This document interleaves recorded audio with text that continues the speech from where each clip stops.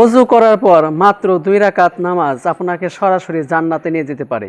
কিভাবে জানতে ভিডিওটি শেষ পর্যন্ত দেখুন। ওযুর পরে আরেকটা ছোট্ট আমল হ্যাঁ আছে। বলেন, সুন্দর। নবী সাল্লাল্লাহু আলাইহি ওয়াসাল্লাম জান্নাতে গেলেন। হ্যাঁ জান্নাতে গিয়ে রাসূল সাল্লাল্লাহু আলাইহি ওয়াসাল্লাম এসে বেলালকে ডাকলেন, বেলাল ইন্নী সামিতু দাফান আলাইকা ফিল জান্নাহ। ও বেলাল এদিকে আসো। বেলাল তুমি এমন কোন আমল করো বলো তো? আমি জান্নাতে গিয়েছি, আল্লাহ আমাকে জান্নাতে দিয়েছেন, সেই জান্নাতে আমি বেলাল দাফান আলাইকা, তোমার পায়ের আওয়াজ সেই জান্নাতে। সুবহানাল্লাহ। আল্লাহু আকবার।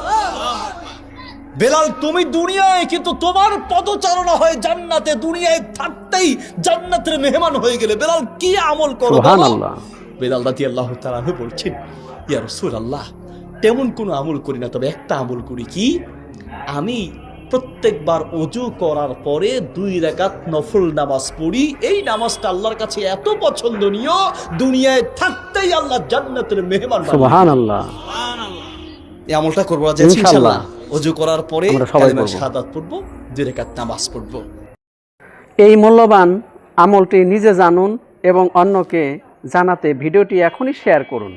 আর নিয়মিত এমন ইসলামিক ভিডিও পেতে আমাদের চ্যানেলটিকে সাবস্ক্রাইব করে রাখুন। ধন্যবাদ ভিডিওটি দেখার জন্য।